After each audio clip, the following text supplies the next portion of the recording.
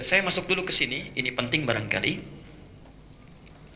Ustadz, apa yang dimaksud dengan madhab dan bagaimana hukumnya bermadhab? Baik, saya ada bahasan yang khusus tentang hal ini dalam fikih ikhtilaf. Coba kita lihat sebentar ya.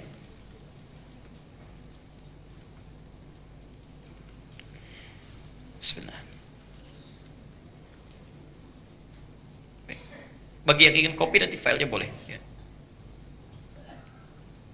Fikih ikhtilaf itu bahasan khusus untuk membahas hal-hal yang diperselisihkan dalam agama kita. Misal, dalam sholat baca bismillahnya ada yang disirkan, dijaharkan, nggak baca sama sekali, mana yang paling benar. Dalam hal misalnya sholat subuh, ya, ada kunut, ada yang tidak, mana yang harus diikuti. Dalam kita akan sujud, ada yang telapak tangannya duluan, ada yang lututnya duluan, mana yang tepat, ya. Itu bahasanya fikih ikhtilaf. Nah, ini pertanyaannya kita jawab. Apa yang dimaksud dengan madhab? Apakah kita bermadhab atau tidak? Saya ingin terangkan dengan cepat dulu, perhatikan ke sini, Bapak Ibu sekalian. Zaman Rasulullah SAW, beliau diutus untuk menerangkan ajaran Islam. Ya. Diberikan bekal oleh Allah supaya dengan ajaran Islam itu bisa baik, kembali kepada asalnya, diturunkan satu Al-Quran, wahyu yang langsung turun dari Allah. Yang kedua, diberikan kemampuan untuk menafsirkan dan menjelaskan kandungan Quran itu, disebut dengan hadis atau sunnah. Jelas sampai sini? Jadi tugas Nabi menyampaikan Quran, penyampaian ajarannya ini disebut dengan sunnah. Karena itu setiap umatnya wajib untuk beribadah sesuai dengan Quran dan sunnah. Tidak mungkin ngambil yang lain. Ya, tidak mungkin ngambil yang lain. Karena Nabi hanya ditugaskan dua hal ini. Ya. Diturunkan Quran, minta disampaikan. Kemudian yang kedua, dijelaskan, penjelasannya disebut dengan sunnah. Dalam semua aspek kehidupan. Dalam semua aspek kehidupan. Saya percepat. Ketika Nabi mengajarkan Al-Quran dan sunnah, yang menerima para sahabat. Ya. Disebut sahabat ada beberapa syarat, umumnya 3. 1, hidup semasa dengan Nabi. Semasa dengan Nabi, sezaman. Yang kedua, melihat Nabi. Melihat Nabi. Yang ketiga, beriman pada Nabi sampai wafat, sampai meninggal. Ya. Kalau keluar dari 3 syarat ini, maka tidak disebut sebagai sahabat. Contoh, hidup semasa dengan Nabi, beriman pada Nabi, tapi tidak pernah melihat Nabi. Itu tidak disebut sahabat, tidak disebut sebagai sahabat. Ya. Contohnya Uwais Al-Qarni. Ya. Uwais Al-Qarni, luar biasa, orang saleh. Ya. Sudah pernah dengar kisahnya? Di ujung saya kalau belum pernah dengarnya. Uwais Al-Qarni nggak melihat Nabi, hidup semasa dengan Nabi, beriman pada Nabi, tapi tidak pernah berjumpa dengan Nabi. Maka tidak disebut sebagai sahabat. Sebaliknya, Musailamah Al-Kadzdzab, hidup semasa dengan Nabi, beriman pada Nabi, melihat Nabi, tapi setelah Nabi wafat langsung mengatakan, saya Nabi baru mendapatkan risalah. Saya ingin memberikan pesan yang sangat kuat. Hati-hati dengan tutur kata kita, karena langsung turun ayat Al-An'am 93. Ya. Wa man azlamu mimman iftara 'ala Allahi kadziba. Siapa orang yang paling zalim dibandingkan orang yang sering berdusta kepada Allah? Di antara dustanya, 1, mengaku-ngaku Nabi. Mengaku-ngaku Nabi. Yang kedua, maaf, tidak mengaku Nabi, tapi mengatakan wahyu turun pada saya, padahal nggak pernah turun. Memang tidak mengatakan saya Nabi, tapi mengatakan baru diturunkan wahyu pada saya, tapi wahyu nggak pernah turun. Karena Allah nggak pernah menurunkan wahyu lagi setelah Nabi Muhammad SAW wafat. Maka orang seperti itu, perhatikan, kalau tidak bertobat sebelum meninggal dunia, maka cara meninggalnya itu, perhatikan, Anda bisa saksikan fi ghamaratil maut, saat dia tersiksa akan meninggal dunia, wal malaikatu basitu aydihim, malaikat membentangkan sayapnya, itu akan memukul-mukul dulu wajah sampai bagian belakangnya. Jadi sebelum dicabut nyawanya dipukul-pukul dulu. Yadribuna wujuhahum wa adbarahum, di ayat yang lain akan dipukul-pukul bagian depan sampai bagian belakangnya sampai sulit, merasakan kesakitan luar biasa. Baru kemudian nyawanya dicabut. Hati-hati, hati-hati, ya. Para sahabat menerima Al-Quran dan Sunnah itu jarang sedikit yang menulis. Jarang yang menulis, tidak ada yang mengkodifikasikan kecuali 1-2 orang saja. Paling menulis di batu, di pelepah kurma dan sebagainya. Kebanyakan menghafal. Masya Allah. Orang Arab itu keistimewaannya itu kuat sekali ingatannya. Sekarang agak berkurang, sulit menemukannya. Tapi zaman Nabi, saya waktu kuliah di Tripoli, ada seorang staf namanya Ustadz Mabruk. Masya Allah. Beliau sudah menginput data ribuan mahasiswa. Saya jalan dengan kawan namanya Mas Bahrus, ya. Ketika kami jalan bertemu beliau, ditanya, ya Syekh man hadha? Saya bilang, hadha Mahrus, ini Mahrus. Mahrus bin Fulan, bin Fulan, bin Fulan, bin Fulan, disebutkan sampai 5 kakeknya ke atas. Dari sekian ribu mahasiswa yang gak pernah lihat wajahnya. Itu keutamaan orang Arab. Ya. Karena itu mereka hafal Quran walaupun tidak menulis. Hafal Qurannya, Masya Allah. Dan hafal di dalam kepalanya. Karena hafalan terbagi dua ya. Ada hafal di luar kepala, ada hafal di dalam kepala. Ini hafal dalam jiwanya. Saking hafalnya, Masya Allah, salatnya luar biasa. Utsman bin Affan, Pak. Utsman bin Affan. Beliau orang sibuk, pebisnis, selalu merantau keluar masuk Madinah. Tapi dalam sibuknya, jangan tanya wajibnya. Sunnahnya nggak ketinggalan. Tahajudnya khatam Quran. Tahajudnya khatam Quran. Umar bin Khattab gak mau kalah. Sehari semalam 4 kali khatam Quran. 2 kali siang, 2 kali malam. Kita ada di mana? Sesibuk apa? Sesibuk apa? Sibuk gak sempat hafal Quran, Masya Allah. Cita-cita paling tinggi masuk surga, surganya Firdaus bersama Nabi. Baca Quran susah. Sini. Kemudian sahabat Nabi SAW meninggal dunia. Sahabat mulai mengajarkan ajaran Nabi kepada para tabi'in. Ya, para tabi'in. Generasi setelah sahabat. Nah, zaman tabi'in ini, kemudian juga ke tabi'ut tabi'in, metode hafalan, ya, itu sudah mulai bertambah dengan catatan. Mulai dicatat. Ya. Karena, maaf, sahabat saat Nabi meninggal mulai menyebar. Ya. Ali bin Abi Thalib ke Kufah, Mu'adz bin Jabal kemudian ke Yaman. Ya. Ada yang kemudian sampai Sa'ad bin Abi Waqqas ke Nusantara. Abad ke-7. Ya. Ke wilayah Barus, 414 km dari kota Medan. Ya. Sampai ke Nusantara. Masya Allah. Sampai ke Nusantara. Karena sahabat ini menyebar, ya, Muawiyah bin Abi Sufyan sampai melakukan perjalanan sampai ke wilayah Afrika, ya, Afrika Utara dengan tukang cukurnya Nabi. Tukang cukurnya Nabi itu wafatnya di Libya, ya. Ada kuburannya di situ.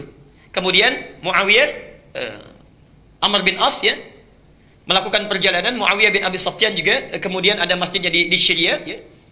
Artinya keluar wilayah Hijaz, menyebar. Ada yang ke Afrika. Ada yang kemudian Afrika Utara umumnya, masuk lewat Libya, sebelumnya Mesir, kemudian Tunisia, ada Maroko, ada Aljazair, nyebrang ke Andalusia, Spanyol sekarang. Perhatikan sini. Saya teruskan.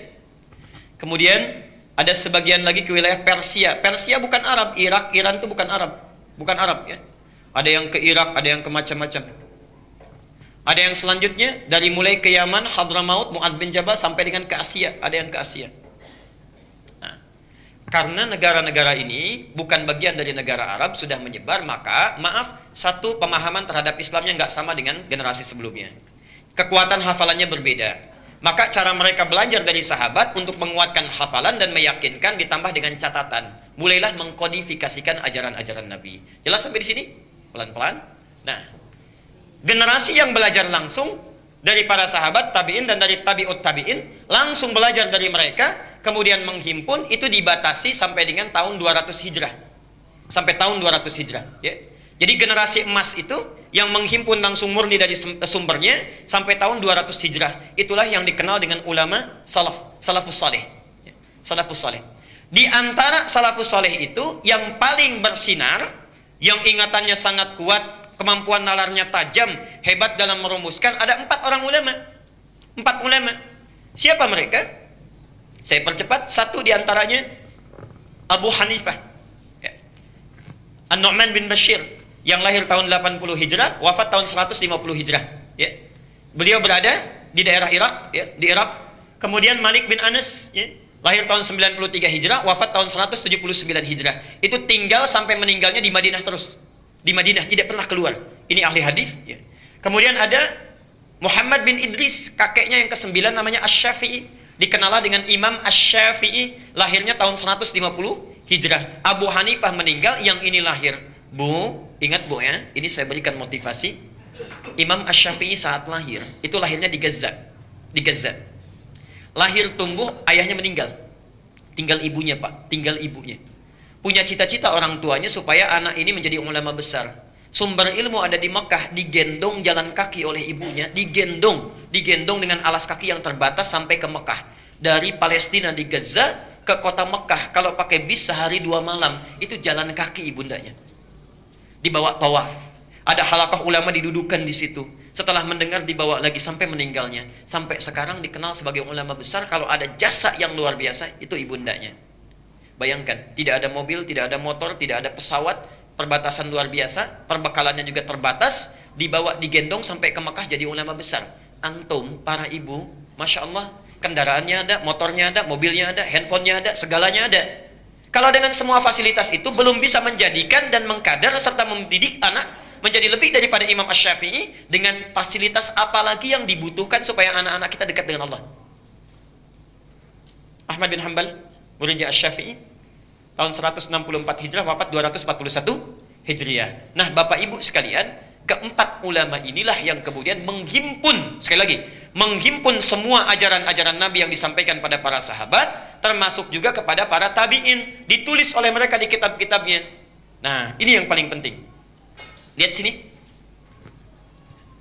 Ajaran yang dihimpun dari Nabi itu ada dua sifat. Ada dua sifat. Satu,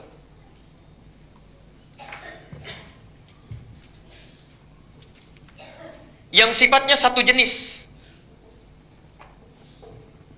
Jadi dalilnya satu, contohnya satu. Dalilnya satu, contohnya satu. Tidak ada beda, tidak ada ragam. Kalau yang seperti ini, maka kita tidak boleh menyimpang. Tidak boleh menyimpang, tidak usah kreatif. Artinya apa? Kalau Nabi memberikan satu dasar, satu jenis, satu ragam, dalilnya satu, contohnya satu, itu artinya semua orang, semua umatnya dianggap mampu menunaikannya dengan baik. Contoh, saya ingin bertakbir salat, Nabi hanya mengajarkan angkat tangannya, baik yang sejajar dengan bahu ataupun dengan daun telinga, atau mankibaihi, atau dekat dengan kedua telinganya. Maka rumusnya sederhana, kata Nabi, angkat, letakkan di dada. Angkat, letakkan di dada. Tidak ada rumus lain antara mengangkat dengan meletakkan itu, karena semua bisa melakukan. Kalau sudah dalilnya satu, contohnya satu, maka maaf, kita tidak perlu kreatif. Ya Allah, masa sama orang saya dahulukan yang kanan duluan, sama Allah kok yang kiri duluan? Ya, sedikitlah agak beda supaya lebih baik dalam pandangan Allah. Allah kanan dulu, Allahu Akbar. Nah, ini tidak perlu dilakukan.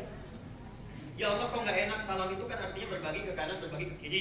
Kalau berbagi itu kan tidak hanya wajahnya, tangannya juga harus ikut memberi. Assalamualaikum, Assalamualaikum. Sampai kiamat kurang 2 hari Anda nggak akan dikasih. Ya. Jadi kalau contohnya satu, dalilnya satu, kita tidak boleh kreatif. Ya. Kalau menyimpang itu yang dimaksud dengan bid'ah, mengada-ngadakan sendiri, nggak ada dalil, nggak ada contohnya. Jelas sampai sini? Yang kedua, ini yang paling penting, dan di sini sering memunculkan perbedaan pendapat, tapi ada sesuatu yang tidak wajar. Berselisih pada yang tidak diketahui, itu yang nggak wajar. Beragam, jenisnya beragam, ragam jenis. Biasanya kalau seperti ini, Nabi dalilnya tidak hanya satu, contohnya pun beragam. Itu ditunjukkan untuk kemudahan umatnya dalam menunaikan ibadah. Karena umatnya dipandang tidak mungkin melakukan itu kecuali dengan beberapa alternatif. Contoh, Sunan Abu Dawud nomor hadis 838 dari Wa'il bin Hujr, dengan yang kedua nomor hadis 840 dari Abu Hurairah. Ini persoalan tentang, maaf, posisi tangan dan lutut atau kaki saat akan sujud. Maaf, kalau akan sujud itu tangan duluan atau lutut duluan? Tangan dulu, baik. Apa dalilnya? Lutut duluan. Hati-hati, karena ada suami istri tidak tegur sapa, ini kisah nyata. Suaminya langsung yang bilang, suami istri tidak tegur sapa semalaman karena persoalan ini. Suami sholat isya tidak ke masjid, ya, ke rumah, kemudian malamnya di rumah karena terlambat datang dari kantor, ya. Kemudian istri melihat, begitu turun, maaf, lututnya duluan. Dari yang tidak, sami Allah liman hamidah, kemudian akan sujud, lutut duluan. Selesai sholat, kata istrinya, papa itu sholatnya nggak sesuai sunnah. Kenapa? Kok lutut duluan, harusnya tangan dulu? Mama yang nggak baca hadis, katanya. Padahal dua-duanya nggak baca. Dua-duanya nggak baca. Yang satu dengar dari guru yang A, satu dari guru yang B. Suaminya cerita besok paginya, ya, karena jemput ke rumah, masya Allah. Ya. Bapak ibu sekalian, kedua-duanya sebetulnya ada di hadis Nabi. Dan uniknya di kitab yang sama. Di kitab yang sama, bedanya 2 nomor. Di Al-Bukhari nggak ada, di Muslim nggak ada, yang ada di Abu Dawud ini. Yang pakai lutut itu adanya di Abu Dawud nomor hadis 838 dari Wa'il bin Hujr. Di awal-awal masa sholat, dilihat oleh Wa'il, Nabi selalu turun dengan lututnya dulu, baru kedua telapak tangannya. Jelas sampai sini? Diambillah pendapat itu oleh Ibnul Qayyim Al-Jauziyah, menulis beliau buku sifat sholat Nabi. Silahkan lihat ya. Dalam uraian beliau memilih untuk menggunakan lutut. Kemudian yang menggunakan telapak tangan, itu sama di kitab yang sama, beda 2 nomor, yang meriwayatkan Abu Hurairah. Di akhir masa kehidupan Nabi, beliau selalu sholat mendahulukan kedua telapak tangannya. Maaf kalau sudah agak sepuh-sepuh itu biasanya kan persoalan ya di kaki. Ya, Bapak Ibu lebih tahu lah ya. Turun kedua telapak tangan duluan. Ya. Karena itu Abu Hurairah melihat, diriwayatkan kepada kita, dirangkum oleh Abu Daud. Muncul Syekh Muhammad Nasiruddin Al-Albani mempopulerkan riwayat ini karena khawatir orang menganggap hanya boleh pakai lutut saja. Dipilih oleh Syekh Muhammad Nasiruddin Al-Albani riwayat yang kedua. Jadi Anda yang pakai Al-Albani misalnya, bacanya dari situ, lihatnya dari situ, dan judul bukunya sama, Sifat Sholat Nabi. Cuma memilih riwayat yang kedua tanpa menyalahkan riwayat yang pertama. Karena dua-duanya dalilnya ada. Jadi yang pakai telapak tangan boleh, pakai lutut boleh, yang salah yang kepala duluan.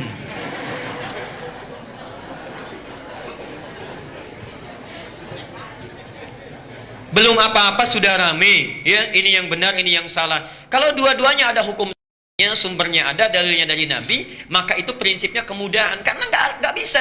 Coba kalau Anda misalnya pilih pakai tangan saja, kalau tangan nggak bisa mau pakai apa coba? Kemungkinan cuma 2. Kalau nggak pakai lutut, pakai telapak tangan, itu sederhananya. Jelas sampai sini? Nah, maka dalam hal demikian itu ragam boleh memilih, tapi ada ikatannya, diikat muqayyadun bid dalil bil adillah. Dalilnya ada, contohnya ada, lakukan. Nggak ada dalil nggak boleh. Jelas sampai sini? Nah, kedua ini dirangkum oleh 4 bintang ulama ini, dikumpulkan semuanya. Nah, kumpulan semuanya ini baik yang satu jenis ataupun ragam jenis disebut dengan manhaj. Manhaj. Ya. Jadi Anda baik yang sujudnya menggunakan telapak tangan ataupun menggunakan kedua lutut, manhajnya sama dengan Nabi. Sejalur. Jelas? Ikut manhaj salaf di sini. Orang yang ikut itu namanya salafi. Kalau banyak namanya salafiyun. Ya. Jadi sebetulnya semua orang Islam itu salafi. Semua orang Islam itu salafiyun, ya. Jadi bukan kelompok tertentu, ya, komunitas tertentu, bukan. Tapi semuanya itu salafi. Nah, istilah-istilah salafi yang muncul sekarang ini sebetulnya itu tren yang ingin mengembalikan kepada ajaran yang ini. Tadinya ada yang menyimpang, maaf, kuburan dijadikan sebagai sesembahan, doa-doanya tidak tepat, kemudian pindah dari orang kemudian kepada hewan. Cuma di Indonesia yang hewan itu jadi kiai, ada kiai selamat gitu kan? Nah, sudah cukup dengan hewan kemudian pindah kepada benda, keris jadi kiai. Ada kiai banyak tuh ya. Sekarang diburu di Belanda namanya Kiai Nogosiluman. Kiai Nogosiluman itu kerisnya Pangeran Diponegoro. Anggaran banyak untuk mencari keris itu. Nggak cukup dengan keris, sekarang muncul Kiai Akik, macam-macam. Itu keliru. Makanya muncul gerakan kembalikan ke manhaj salaf, muncullah itu salafi. Orang-orang yang ikut ini sebetulnya semuanya salafi. Mau yang pakai lutut dulu, pakai telapak tangan dulu, itu secara manhaj sama semuanya. Jelas sampai di sini? Baik. Nah, kalau kita memilih salah satu, misal saya mau pilih pakai lutut saja, karena kan nggak mungkin dua-duanya. Baik ya? Atau saya pakai telapak tangan saja. Pilihan kita itu disebut dengan madhab. Jadi semuanya disebut dengan manhaj, pilihannya disebut dengan madhab. Singkatan dari madhahaba ilaihi. Satu yang dipilih untuk memudahkan ibadah. Contoh, bismillah itu bacanya bisa 4 cara. 1 disirkan, kedua dijaharkan, ada 70 hadis itu. Ketiga nggak dibaca sama sekali. Yang keempat, pertama dijaharkan dari Abu Hurairah, selanjutnya tidak dibaca sama sekali. Jadi boleh jaharkan, boleh sirkan, tidak dibaca sama sekali juga silahkan. Yang keempat, dijaharkan yang pertama, selanjutnya nggak dibaca. Maaf. Sekarang saya contohkan. Misal, ini Imam Asy-Syafi'i ngajar. Datang ke satu tempat misalnya. Ke Mesir, Afrika Utara. Orang-orang Mesir belum tahu bacaan sholat. Saya mau sampaikan, diajarkan semuanya cara bismillah atau diajarkan satu saja? Orang yang belum tahu bacaan sholat, belum mengerti sholat, mau diajarkan seluruh bacaan atau satu saja? Satu. Nggak mungkin keseluruhannya. Baru datang belum pada bisa sholat. Saat baca bismillah bisa dijaharkan, bisa disirkan, bisa tidak dibaca sama sekali. Orang bingung. Pilih salah satu. Nah, saat dipilih salah satu itulah yang disebut dengan madhab. Akhirnya apa? Abu Hanifah memilih nggak baca sama sekali. Malik memilih tidak baca sama sekali. Asy-Syafi'i memilih juga dijaharkan. Ahmad bin Hambal menengahi, saya pilih disirkan saja. Semua ada dalilnya dari Nabi. Ketika dipilih itulah kemudian menjadi namanya apa? Mazhab.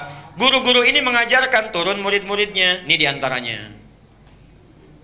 Hanafi, Masya Allah, itu punya murid namanya Abu Yusuf. Punya murid lagi Asy-Syaibani, punya murid Ad-Dahlawi, penyebarannya di Asia Selatan. Jadi kalau Bapak Ibu misalnya ke India, ke Pakistan, mazhabnya Abu Hanifah itu, Hanafi. Ya.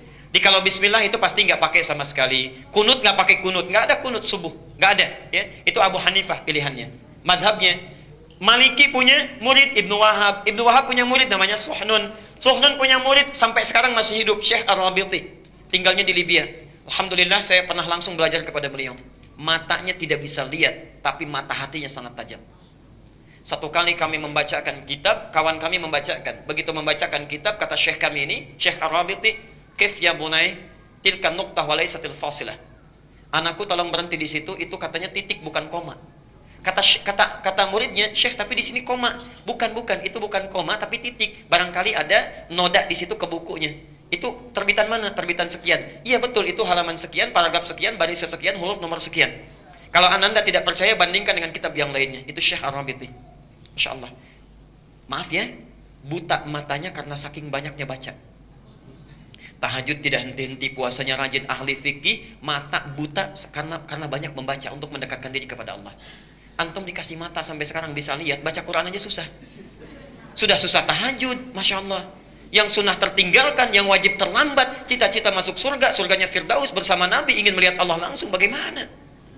Imam At-Tirmidzi, Masya Allah, amalannya banyak, hadisnya banyak, tahajud tanpa henti, puasa sunnahnya luar biasa. Di ujung hidupnya itu banyak menangis kepada Allah karena takut kalau pulang itu tidak cukup bekalnya. Dan tangisan inilah yang membuat mata beliau menjadi buta.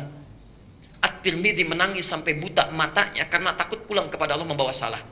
Antum sampai tidur pun kadang-kadang mimpinya itu salah juga. Ya. Teruskan dulu.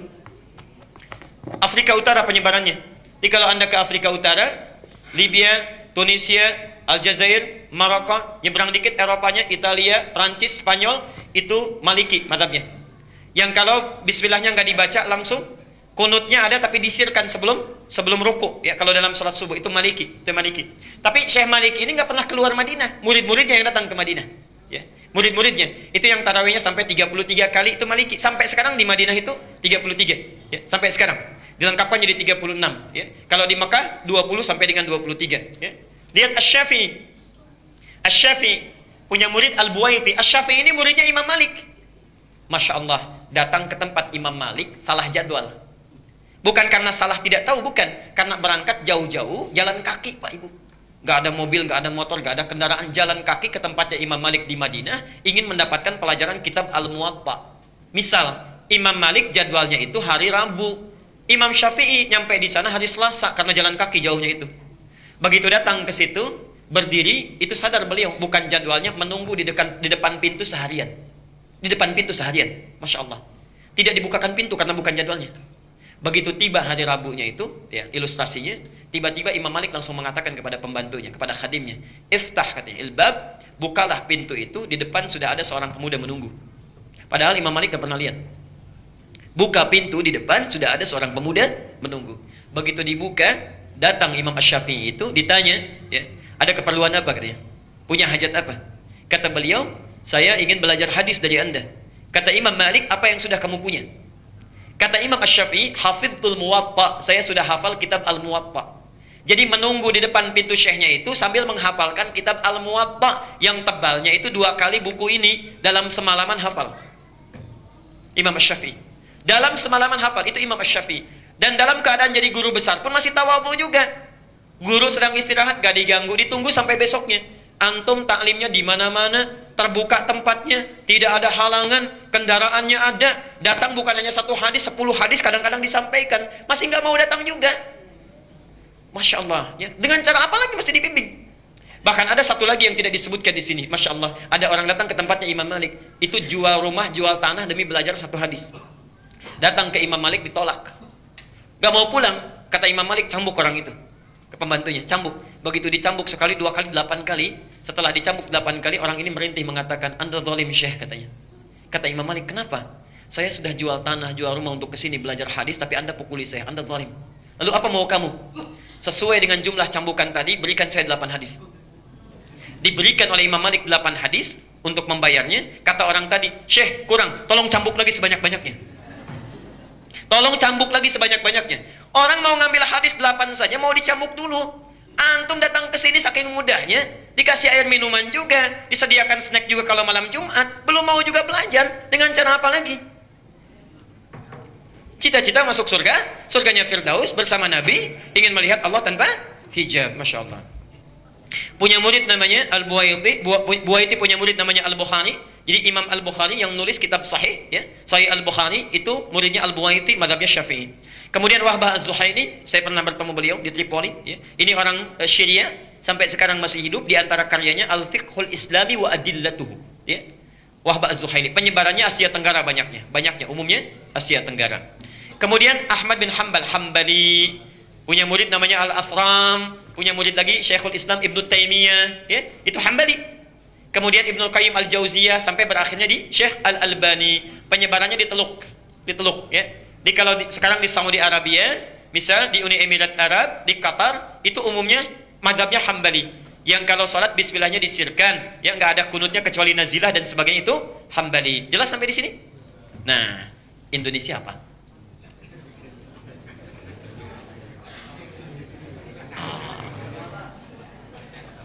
Hebatnya Indonesia, pelajari semua.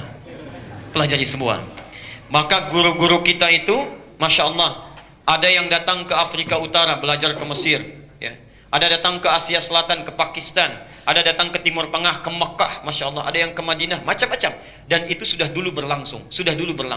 Dipelajari keseluruhannya. Saya berikan contoh misalnya, orang Surabaya belajar ke Mesir. Orang Jakarta misalnya belajar ke Mekah. Orang Padang misalnya belajar ke Irak, misal saja. Dipelajari semua. Afrika Utara mazhabnya tadi apa? Maliki, ya. Yang bismillahnya nggak dibaca sama sekali, ya. Masya Allah. Asia Tenggara apa mazhabnya tadi? Syafi'i, yang bismillahnya dijaharkan. Di Teluk mazhabnya apa? Hambali, yang bismillahnya disirkan. Belajarlah di situ. Pulanglah ke Indonesia, Masya Allah. Saat pulang ke Nusantara, misal datanglah tiba-tiba orang Surabaya ke Jakarta, bermakmum di Jakarta. Yang Surabaya ini karena belajar dari Afrika Utara Mesir, ya, bismillahnya dijaharkan, ya, mazhab Maliki. Kalau Mesir terbagi dua, misal ke Libya bismillahnya tidak dibaca sama sekali, ya. Kemudian yang di sini karena belajar ke wilayah yang sifatnya Syafi'i, ya, bismillahnya dijaharkan. Ketika datang orang Surabaya ke Jakarta, bermakmum di belakang yang kemudian tidak dibaca sama sekali, dibaca bismillahnya dijaharkan, Bismillahirrahmanirrahim. Ini belum pernah dengar. Ngaco nih sholatnya nih. Harusnya nggak dibaca nih, ya. Yang ini juga begitu. Yang ini belajar, ya, Masya Allah. Yang tadinya disirkan dari Teluk, dari Mekah misalnya, datang ke wilayah Surabaya, bermakmum di sini, nggak dibaca sama sekali. Salah nih sholatnya nih. Ini kejadian sampai sekarang. Saya tugas di Mekah 2010, menerima jemaah haji yang pertama. Begitu datang sholat, Masya Allah, isyanya sholat di situ, Allahu Akbar. Imamnya disirkan, Alhamdulillahi Rabbil Alamin. Imamnya Muhammadiyah sini, Masya Allah. Begitu sholat subuh, imamnya nggak kunut, lengkap sudah itu. Apa saya bilang kan semalam Muhammadiyah kan yang nggak kunut. Padahal nggak ada Muhammadiyah, nggak ada NU dari zaman Nabi, Masya Allah. Dan yang paling hebat, dua pendiri ormas besar itu bersaudara dan belajarnya sama-sama. Sama-sama berangkatnya bareng, satu nasab yang sama, belajar di satu guru yang sama, kembali yang sama, punya misi yang berbeda. Yuk kita buktikan. Saya agak panjangin sebentar nih, ya.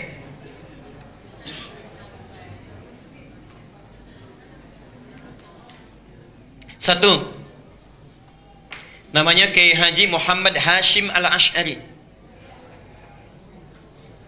Muhammad Hashim Al-Ash'ari. Kemudian nanti mendirikan Nahdlatul Ulama tanggal 31 Januari tahun 1926. Kedua, siapa namanya? Kiai Haji Ahmad Dahlan. Sebetulnya bukan nama asli, nama aslinya Muhammad Darwish. Muhammad Darwish. Cuma nanti saat pergi ke Mekah, keduanya ini oleh gurunya Muhammad Darwish diganti nama menjadi Ahmad Dahlan. Ahmad Dahlan mendirikan Muhammadiyah tanggal 18 November tahun 1912. Nah, pertama, dua-duanya ini bersaudara. Bersaudara. Ketemu nasabnya di saudara jauhnya. Muhammad Hashim Al-Ash'ari bin Abdul Wahid.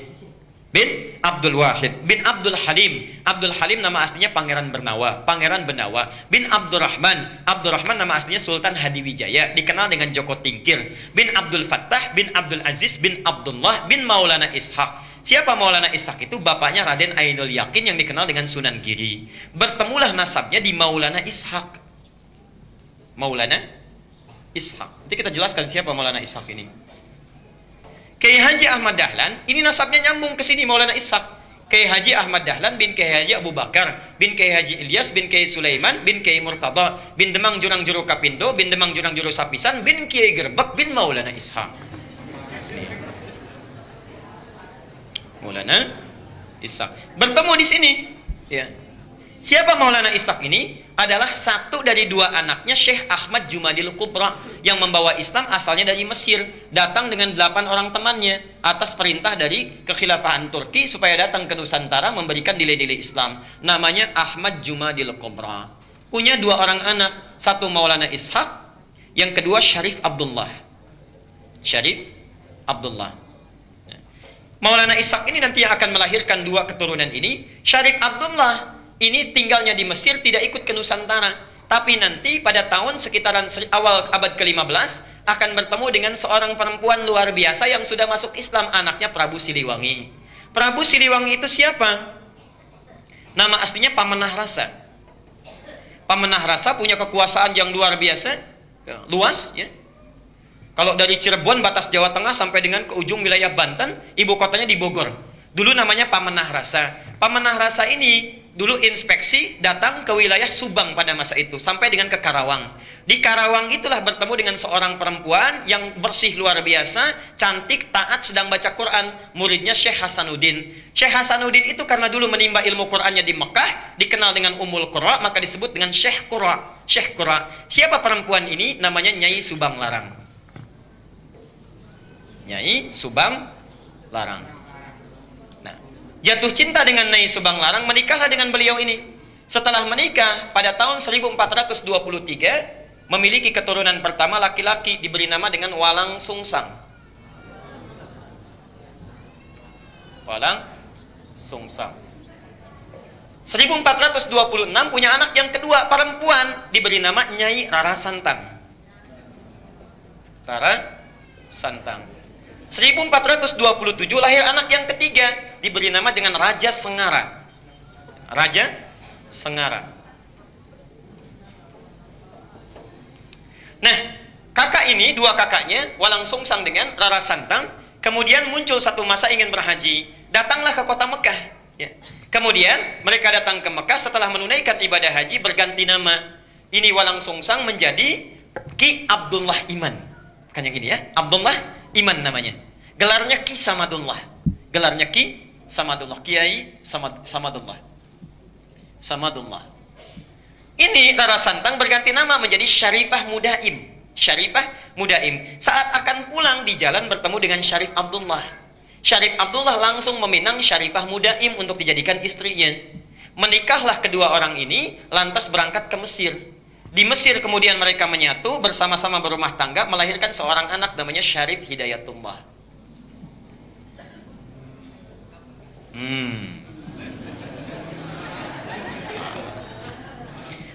tahun belajar di sini, belajar dengan Syekh Ibnu Athaillah Al-Iskandari, belajar dengan ulama-ulama besar, sampai setelah matang kembali dia akan menengok kakeknya datang ke Prabu Siliwangi.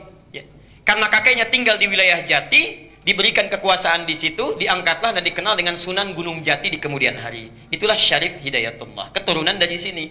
Sedangkan Ki Samadullah pergi ke satu wilayah dikenal dengan Lemah Wungkuk, minta izin pada bapaknya untuk memajukan wilayah itu. Di Lemah Wungkuk itu, Masya Allah, itu etnisnya campuran. Ada orang Cina, orang Arab, orang lokal, masih belum bagus. Minta izin supaya ditata. Campuran dalam bahasa lokal itu disebut dengan caruban. Oh,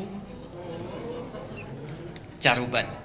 Begitu datang ke sini, ya, dikelola, dirawat dengan baik sampai tumbuh pesat luar biasa, Masya Allah. Tiba-tiba melihatlah seorang anak perempuan, putri dari seorang pembesar Syah Bandar namanya Ki Gedeng Alang-Alang, punya putri namanya Nyai Kencana Larang. Kencana Larang. Ya. Menikah dengan Kencana Larang. Setelah menikah, untuk mengabadikan namanya maka disebut dengan Caruban Larang, Caruban Larang, Caruban Larang. Lisan orang sana menyebut Caruban, Caruban, Caruban, berubah sekarang menjadi Cirebon, Cirebon, Cirebon, Cirebon. Nah, muncul Cirebon. Ibunya Nyai Subang Larang sudah lama berumah tangga, ingin menengok. Di perjalanan lewat di satu daerah, ajalnya tiba, meninggallah di situ. Untuk mengenang sampai sekarang disebut dengan daerah Subang. Orang Subang belum tentu tahu itu. Nah, ya. Nah, terus apa cukup? Jadi muncul Cirebon. Nah, karena Cirebon sudah maju, maka kemudian diangkatlah, diberi gelar oleh Prabu Siliwangi, diberi gelar namanya Mangkubumi. Ya, Mangkubumi. Ini pertama gelar ini. Mangkubumi itu artinya khalifah fil ard. Al-Baqarah ayat ke-30. Wa idz qala rabbuka lil malaikati inni ja'ilun fil ardi khalifah. Fil ardi itu bumi, khalifah mangku, yang merawat, memangku bumi. Jadi gelar mangku bumi itu sama dengan khalifah. Jadi salah total kalau mengganti gelar khalifah menjadi mangku bumi, sami mawon. Khalifah itu ya mangku bumi, itulah pertama kali gelarnya diberikan. Nah, yang ingin saya sampaikan itu satu keturunan yang sama dari Ahmad Jumadil Kubra, punya anak itu. Kisah ini bukan fiktif, bisa dibaca. Yang paling bagus judulnya Api Sejarah. Ada 2 jilid karya sejarawan muslim namanya Ahmad Mansur Suryanegara. Ahmad Mansur Suryanegara yang dari Bandung.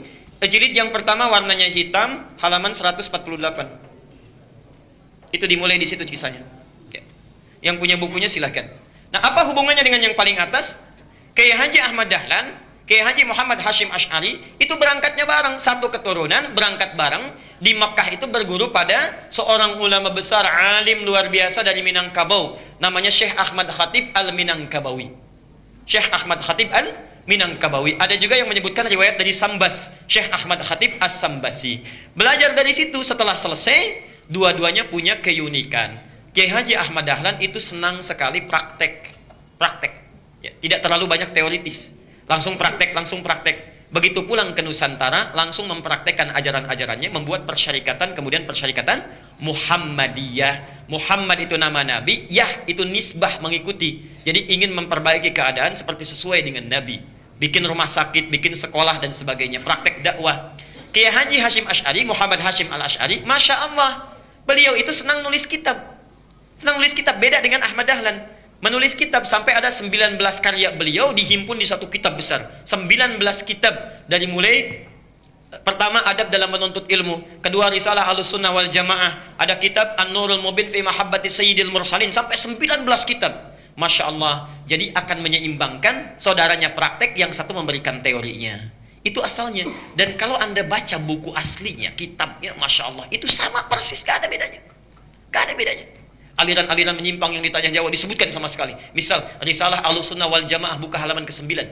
Faslu awal zuhuril bid'ah fi ardi Jawa wal mubtadi'ina fiha. Pasal menerangkan tentang awal munculnya bid'ah di tanah Jawa dan siapa tokoh-tokohnya. Bid'ah yang dimaksudkan bukan fikih tapi akidah. Halaman ke-10 paragraf yang kedua, baris 1 sampai dengan baris yang ke-4. Silahkan lihat. Wa minhum rafidhiyuna. Di antara aliran bid'ah itu adalah Syiah Rafidah. Syiah, ya. Beliau langsung menyebutkan, bukan saya. Beliau langsung yang menyebutkan. Asalnya semua Sunni, kata beliau itu, semua Sunni. Cuma terjadi di tahun 1333 Hijrah sama dengan 1909 Masehi. Datang tiba-tiba entah dari mana, ada satu aliran disebut dengan Syiah. Pekerjaannya yasubbuna sayyidana Abu Bakrin wa Umar radhiyallahu anhuma. Seringkali mencela 2 sahabat Nabi, yaitu Abu Bakar dan Umar. Disebutkan dalilnya, hadisnya. Kemudian halaman yang ke-11-nya, wa minhumul abahiyuna, ada aliran kepercayaan abal-abal, abahiyun, semua boleh. Siapa mereka? Yang merasa dekat dengan Allah, wasafa qalbuhu, hatinya merasa sudah bersih, jernih. Sehingga kalau sudah bersih jernih itu tidak berlaku ketentuan dan larangan. Jadi kalau nggak sholat pun nggak apa-apa karena sudah dekat dengan Allah. Gelarnya tinggi, Pak Kiai. Pak Kiai kok nggak sholat ya? Kan sudah adzan. Jasad bapak bersama adik, tapi roh bapak sedang sholat. Nah itu diantara yang kacau itu ya. Jadi larangan nggak berlaku karena sudah dekat dengan Allah. Ini penyimpangan langsung disebutkan di Quran surah ke-2 ayat 80 Al-Baqarah. Ya. Ada lagi aliran yang reinkarnasi tanasukhil arwah. Ya. Bahkan ada jahlatul mutasawwifah, orang sufi yang paling bodoh. Orang sufi yang paling bodoh disebutkan oleh beliau. Siapa itu? Itu yang mengaku menyatu dengan Tuhan. Mengaku dengan Tuhan. Allah sedang menyatu dengan dirinya, manunggaling kaulah Gusti. Siapa kamu? Saya adalah Allah. Allah sedang apa? Allah sedang makan. Nah, itu sudah lain. Jadi itu diantara kitab-kitab beliau. Nah, jadi tidak ada bedanya. Kisah yang terakhir yang ingin saya tutup, satu kali muridnya Kiai Haji Hasyim Asy'ari itu berkunjung ke Kauman ke Jogja. Karena Ahmad Dahlan pulang ke Kauman, Hasyim Asy'ari pulang ke Tebu Ireng ke Jombang. Datanglah dari Jombang itu, kemudian ke wilayah Kauman, dilihat di situ. Kok ini beda ya katanya. Balik lagi ke Tebu Ireng. Syekh katanya, itu ada aliran di Kauman yang menyimpang. Bagaimana caranya? Begini. Siapa orangnya? Namanya sekian. Ciri-cirinya bagaimana? Seperti ini. Itu bukan menyimpang. Itu saudara saya. Bantu sana balik lagi. Masya Allah. Ketika membantu balik lagi, kemudian sampai di situ berumah tangga, punya anak namanya Ahmad Azhar Bashir.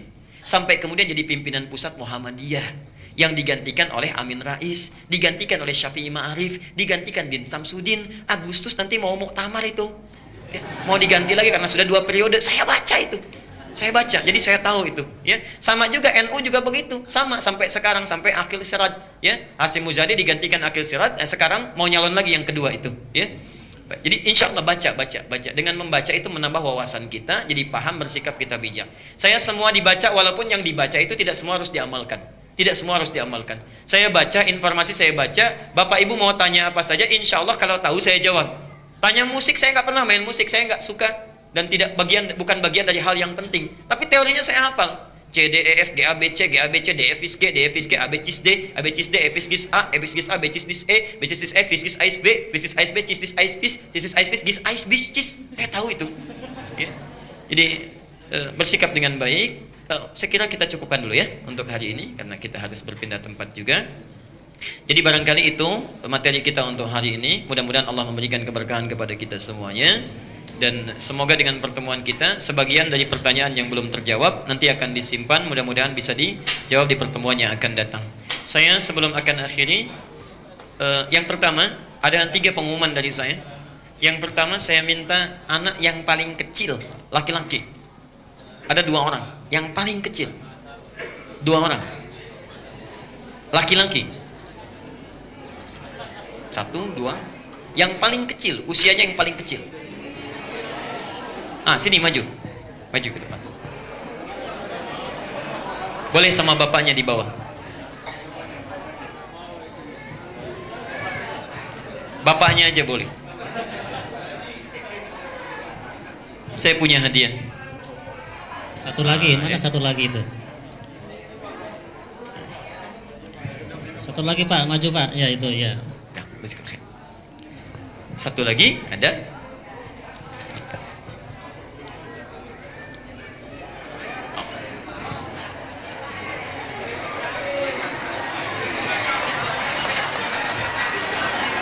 Oke. Baik. Karena lewat belakang, hadiahnya di belakang insya Allah. Ya. Baik. Hari ini kita cukupkan dulu untuk materi kita. Kalau ada yang benar itu dari Allah dan Rasulnya. Kalau salah itu dari saya pribadi, mohon tinggalkan dan maafkan segala kekeliruan saya. Kita akhiri dengan doa kifaratul majlis bersama-sama. Subhanakallahumma bihamdika asyhadu an la ilaha illa anta astaghfiruka wa atubu ilaik. Wa akhiru da'wana alhamdulillahirabbil alamin. Allahu minkum.